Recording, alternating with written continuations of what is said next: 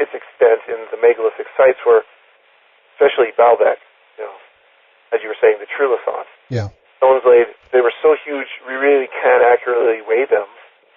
And they're laid together with such accuracy that you can't insert a piece of paper between them. Being almost 72 feet long by 14 feet high, why would somebody go to such trouble to lay something so huge? You could, break them into smaller pieces. I think it's a direct demonstration by those in antiquity to say to the future, this is what has happened, this is what can be done again. In fact, you can surpass it. It's an old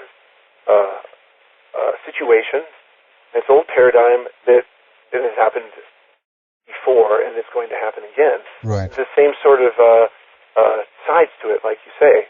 And the ultimate point of it all is also like what you say. It's about becoming immortal. What's the contention? The contention is going to happen through human agency and help. And in the Gnostic sense, the idea of the God of Abraham, Isaac, and Jacob is that he was a jealous God who prevented and interfered with men, especially those from the lineage of Adam, their ascendance into godhood. Mm-hmm. Their ability to have become immortal through their interactions with the angelic forces, especially through their interaction with Lucifer. Yeah. Masons stem directly from that belief system. The idea that, and they look at the Bible as absolutely accurate. Their version, though, is completely 180 degrees from the true Christian perspective. They're still looking for immortality. And they look at the Genesis 4 situation as not so much that Satan corrupted men, but that God prevented men from ascending. Right. For actually achieving their full potential. The Christian, though, looks at the work of Christ on the cross as actually taking something that we could never achieve, breaching a absolute that mankind could never, ever attain, and somehow substituting that perfection that he had for us. So that now, as something that has to be perfect to become immortal can be made perfect because of this transference of perfection from the God-man to the sons of Adam. And that's the huge conflict, this idea that it's been designed for us through Christ and his work on the cross at 33 AD, or that there was a prevention by the jealous God of Abraham, Isaac, and Jacob, and that Christ isn't actually a redeemer in the sense that he took on man's imperfections and their iniquity and sin, which causes them to be imperfect, and so that the God, the author of all life, can say, now, as perfect beings, because that's been taken care of, you can become immortal. They say, no, that's not true. What's really happening is Christ is one of those ascended men who shows us the way, who in a way, they're saying, is like Lucifer himself, who's trying to show us the way. And then, in a sense, Christ becomes Lucifer. Those lines become blurred a lot. Yeah. This is really amazing because the whole idea of the serpent on the tree, which is the beginning of this conflict in the Garden of Eden, the serpent on the tree, and it's purveying knowledge. It's saying, you shall not die if you eat of this fruit of knowledge. And then you move forward and you see the serpent that was raised on the cross in the desert by Moses. Now, these people have been murmuring against Moses and Aaron, saying, why should you have led us out to the desert? Why should we follow you? And then they're starting, this is a plague of snakes, and people start dying. The answer then is a symbolic one. It says, if you look at the serpent on the pole, you will be saved from death. And in fact, that serpent on the pole was actually worshipped later on by the Israelites. It was called Nefesh. It was actually kept and preserved and put in as an idol. Mm-hmm. Uzziah, one of the kings of Israel, destroyed it. But what was interesting is it was symbolic. It pointed to Christ. Christ himself actually used that metaphor for his own crucifixion. He says, as the serpent was lifted on the pole, the Son of Man has to die for the sins of men. And for the whole point of freedom from death, immortality. So that conflict has been the conflict from the beginning. Yeah. And it will grow in intensity and magnitude at the end, especially. And that's why, there's a really salient point that you brought up. The duality of it all. this disparate sort of views of how to become immortal, what men's purpose on earth is, and the conflict between one side and the other. Indeed. Sorry to interrupt. Please go ahead, David. And later in the New Testament, earlier in the New Testament, they were able to say exactly what the scenario would be. And we're looking at it right now. I mean, there's war on the Euphrates River as we speak. Mm-hmm. Israel and Iran are rattling sabers. I don't know right now. Who knows? Maybe Israel's trying to run some sorties on Iran. Could that be happening right now? I mean, that's how close we are to actually fulfilling some of what's actually in Revelation, this idea that there's going to be a great war that starts in the Euphrates. All these things lead back to kind of a recurring motif of even civilization itself supposedly starting in that area of the Fertile Crescent, around Samaria and Babylon, and the conflict between the gods that are intact there and the God of Israel. And, Hitler was completely obsessed with the idea of pure blood, the Aryan blood, of the Aryan race, and exterminating the Jews, and removing the Jews from the political forces in this country. You realize that in Iran actually means land of the Aryans. Right. So that they zealously regard themselves as the true Aryans. And so you have this sort of replay of this mystical, this moral paradigm. So it's playing out again. It's that kind of fractal communication, if you will, that is going on. It's on multiple levels at the same time. And exactly. That is what appears over and over again. And that's what Terence McKenna was saying about time itself. It's a fractal algorithm. Yeah. It isn't just linear. You'll see the small parts repeated in bigger parts, and then the whole scheme is actually ending and going into what he said was infinite novelty at 2012. Right. It's not just 2012, December 21st, 2012. And he knew this before the literature on the Mayan calendar was released. Right. Which I find especially astounding. Indeed.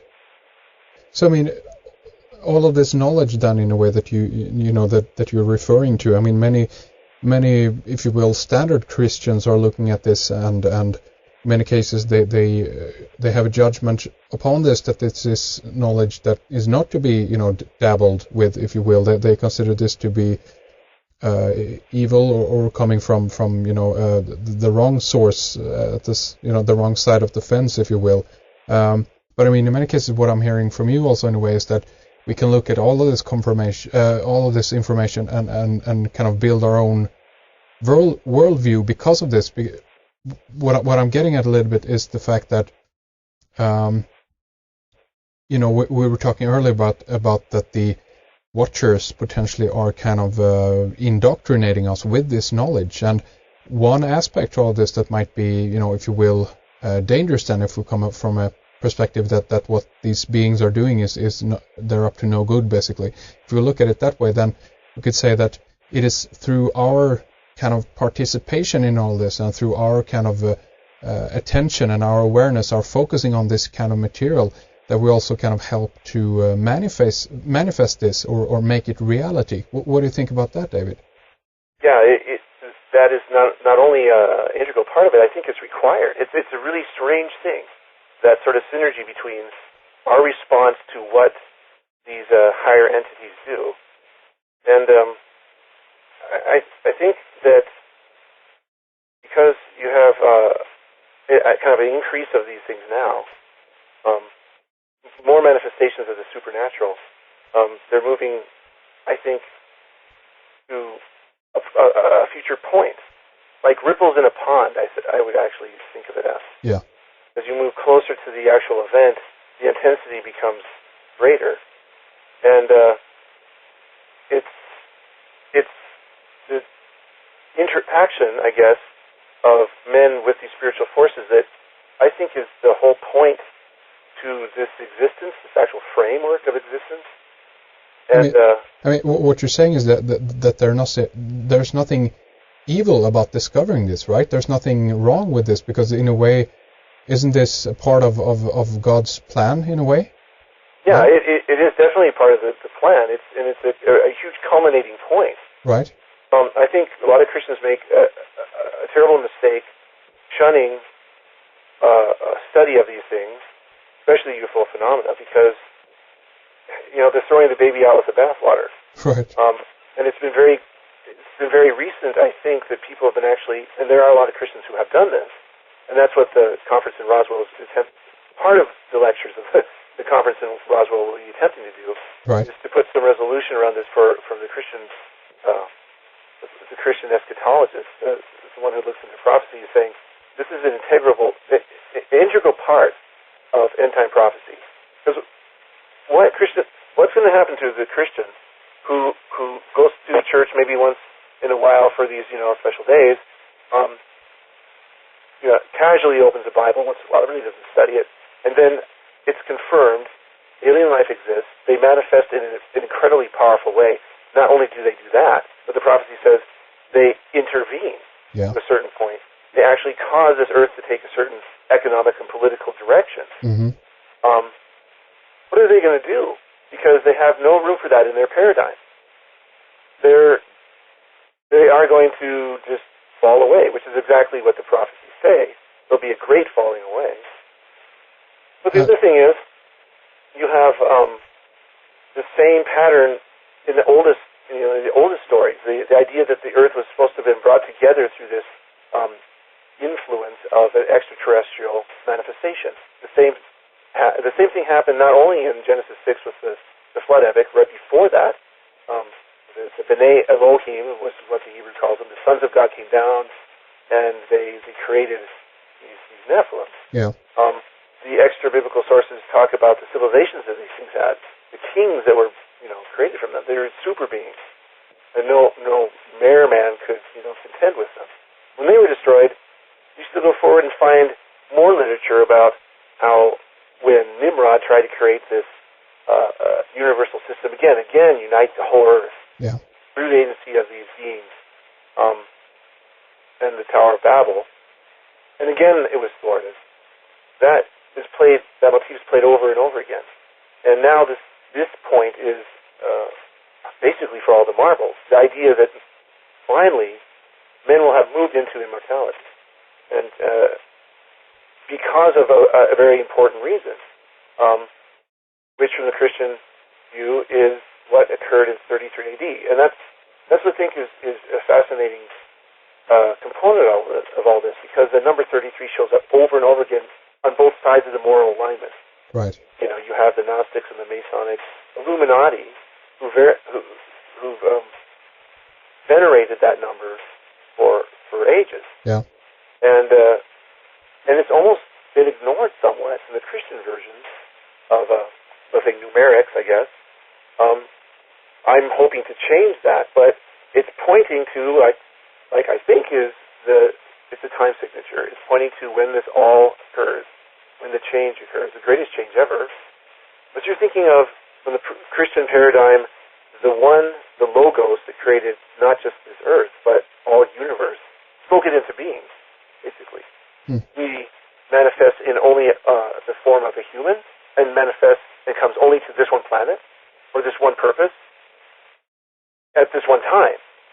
If that is indeed happening, then it's the greatest event that the universe, at least since times began, has occurred. And you can compare it, of course, to what was done in the resurrection. But from the Christian perspective, this really should be important to them. The timing should be important. And what any human being's existence, what their part in it is, should be important. But, of course, you're going to have contention. Otherwise, it wouldn't be epic. It wouldn't be a contest. It wouldn't be something that was really that important, that interesting. Right. And I think it's designed to stimulate talk. It's designed to start thinking about our divine purpose,